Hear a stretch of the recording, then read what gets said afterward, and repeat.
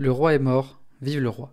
Edson Arantes do Nascimento, dit Pelé, surnommé comme le roi du football, né le 23 octobre 1940, est décédé le 29 décembre 2022 à l'âge de 82 ans. Avec le décès de Pelé, c'est un monument du foot qui nous quitte, considéré par certains comme le meilleur buteur de l'histoire, ou par d'autres comme le meilleur joueur, ou les deux. Dans cette vidéo, on va tenter de revenir sur la carrière du roi du football, Pelé. Mais il faut commencer par le commencement. D'où vient le surnom Pelé? Eh bien, ce surnom vient du gardien du club de son père, qui s'appelait Bilé. Et Pelé jouait avec lui lorsqu'il avait 3 ans. Et à 3 ans, forcément, on ne prononce pas toujours bien le nom des personnes. Ce gardien s'appelait Bilé, et il le prononçait Pilé, ce qui donnera son surnom Pelé, un surnom qu'il n'aimait pas puisqu'il révélera s'être battu avec le camarade de classe qui lui a donné ce surnom. Et pourtant, quel surnom! Pelé démarre sa carrière avec Santos en 1956 à l'âge de 15 ans et marque un premier but pour son premier match.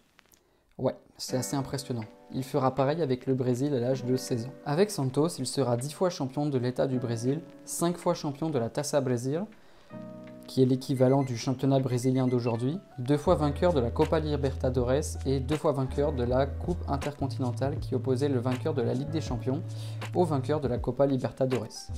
Pour son palmarès, j'ai pris que les gros tournois, parce qu'il a aussi gagné un tournoi qui... pas amical, mais pas loin, et un tournoi organisé par la CONMEBOL, mais qui a duré 3 ans. Donc là, vraiment, pour son palmarès, on se concentre sur les gros tournois. Il est évidemment le meilleur buteur de l'histoire du club avec 643 buts en 659 matchs. Un ratio de pas loin d'un but par match. Incroyable. Mais s'il est devenu une légende mondiale, c'est grâce à ses exploits avec le Brésil. Il est le meilleur buteur de la sélection avec 77 buts, un record qui devrait être bientôt battu par Neymar, mais c'est surtout le seul joueur de l'histoire à avoir remporté 3 Coupes du Monde. Sa première Coupe du Monde est la Coupe du Monde 1958.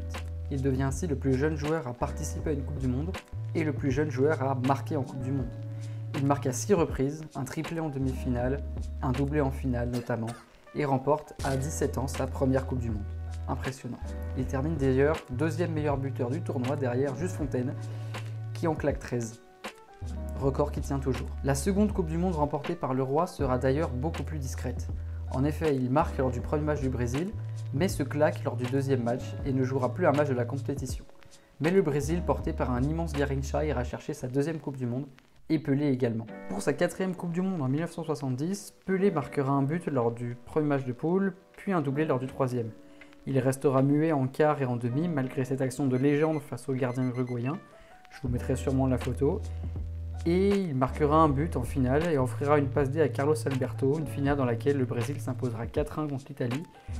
4 Coupes du Monde, jouées, 3 remportées. Beau palmarès Pelé. Le roi termine donc sa carrière en Coupe du Monde avec 10 passes décisives, un record et 12 buts. Mais Pelé ne jouera pas qu'au Brésil durant sa carrière, et ce malgré un décret pris par le président en 1961 qui déclarait Pelé comme étant un trésor national et comme quoi il ne pouvait pas être transféré à l'étranger.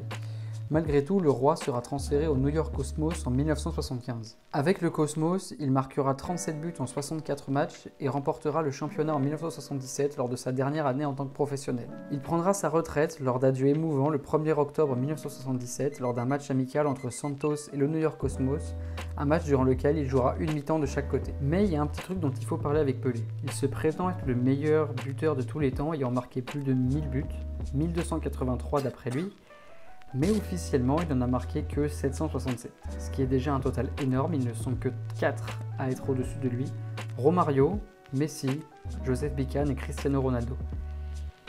Voilà, à une époque où il y avait moins de matchs, c'est quand même exceptionnel ce nombre de buts. Bon, cette petite vidéo n'était pas prévue et j'ai pas pu faire un épisode de prime time sur Pelé, notamment parce que, étant donné que ces matchs sont joués dans les années 50, 60, 70, il y a très peu d'images et on ne sait pas trop comment ça se déroulait, donc j'ai préféré faire un petit récapitulatif de sa carrière pour lui rendre hommage, plutôt que d'essayer de faire un épisode de prime time qui n'aurait pas été qualitatif.